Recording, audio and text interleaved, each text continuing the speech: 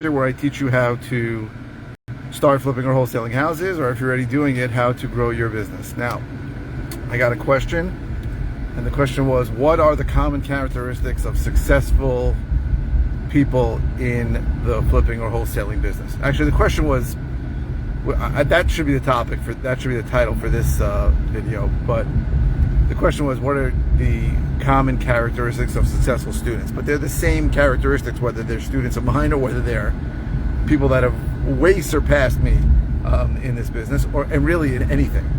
And I can tell you a few come to mind. The first and clearest one, by far, with second place being very far away, is persistence. Okay, and that means overcoming obstacles. So I say to people who are starting this business, you have to think in a 12 to 18 month timeline before you're going to see any money from it. And during that period of time, you are going to be discouraged. It is very discouraging to have thousands of people tell you to drop dead when you call them and ask them to sell you a property. It is really discouraging when you finally get an appointment and that person tells you, I don't think I'm selling. Or it's really discouraging when you get an appointment and that person wants full price for a house that's worth less than full price and wants you to pay significantly more than it's worth. It is discouraging when you start and you try and get a deal and you're married to that deal because you're praying to God that it works, and then you call somebody like me who tells you it's not a deal, or worse, you get involved and sign a contract on it and you realize you're going to lose money. It's discouraging. It's really, really discouraging when you start. And this is a simple business, but it is a hard business because there is a tremendous amount of rejection and there is a tremendous amount of setbacks and discouragement on the way. But the people who are successful are the people that are determined and the people that are persistent and overcome those and don't look at obstacles as real problems. So what happens, I get people who call me, they had a deal and the deal blew up, right? Somebody just contacted me that the attorney screwed him over on the deal, that the seller changed their mind right before they saw. I hear this story all the time, and they believe that that is indicative of every single deal they're going to get into. Now, on the bright side of this, I bought properties from sellers who had a bad experience with a buyer and believed that they were going to have a bad experience every time, and that's why they sold to an investor. So that's the bright side.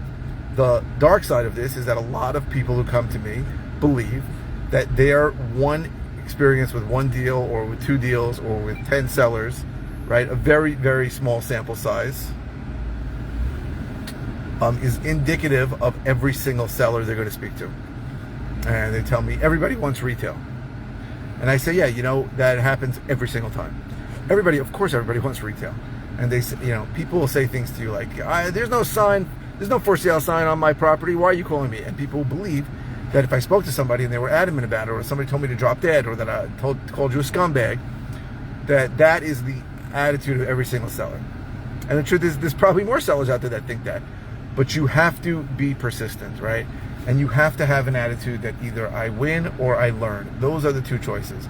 And you have to understand that this is a numbers game where you have to look at very, very large sample size. I can't tell you how many people come to me and say, I got a great list and it's a list of 400 houses and I'm mailing it and I don't see any results. And I say the same thing to all of them.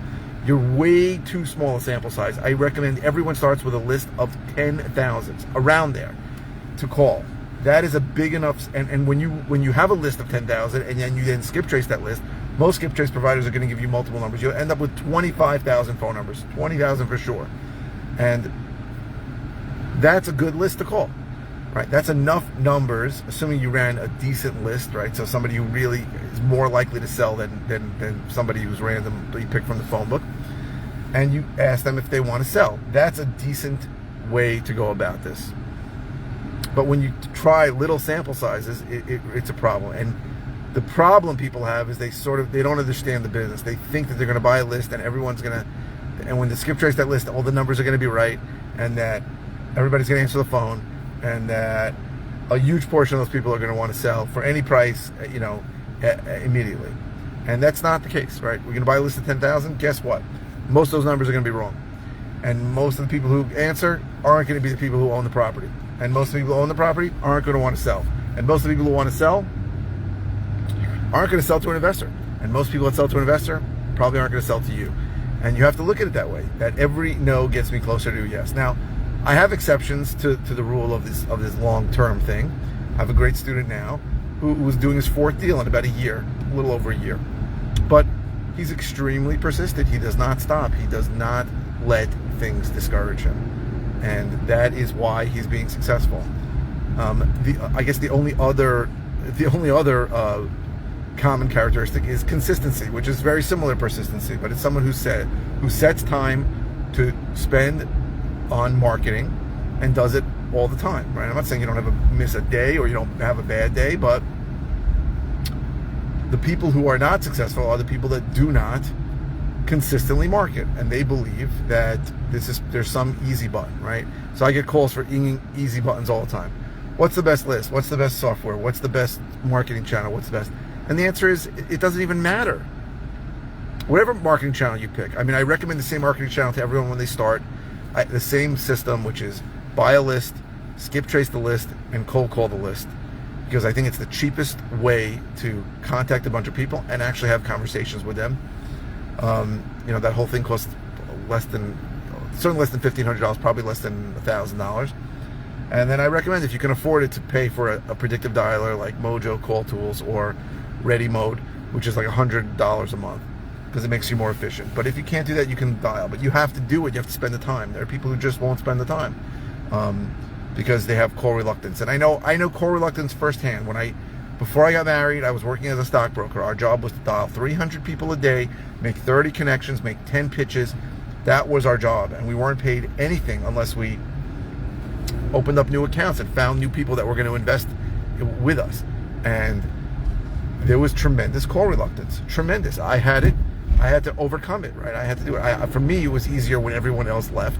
So I used to stay really late, right? And I used to make a lot of calls dinner time, 5, 6, 7, 8 p.m. I used to make calls when I was the only one in the office, right? And I opened accounts that way. But I could see that even with me and with other people, that they would do anything to stay off the phone, take 3-hour lunches. That's just natural. Your subconscious wants you to avoid rejection. And there's a tremendous amount of rejection when you're cold calling people and ask them to sell you their house, right? A lot of people can tell you to drop dead. So persistency, so overcome obstacles and not allow when one person tells you something negative to get you down, and consistency of continuing to market, right? Guy called me today, the same. I get probably 3 or 4 calls a week of somebody asking me just a bad buyer's question. Guy called me today and said, do you buy foreclosures? I'm like, what the hell are you talking about? What does that mean? A house that was foreclosed on. I go, why would I not buy a house that was foreclosed on? What the hell do I care if it was foreclosed on?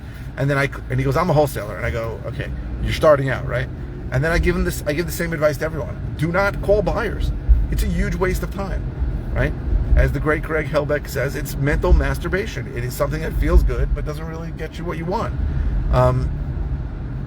You don't want to do it, right? It's too easy. You can call the phone book and say, hey, if I have a great deal that's going to make you $50,000, do you want it? And people will say yes to you, even if they're never going to buy from you.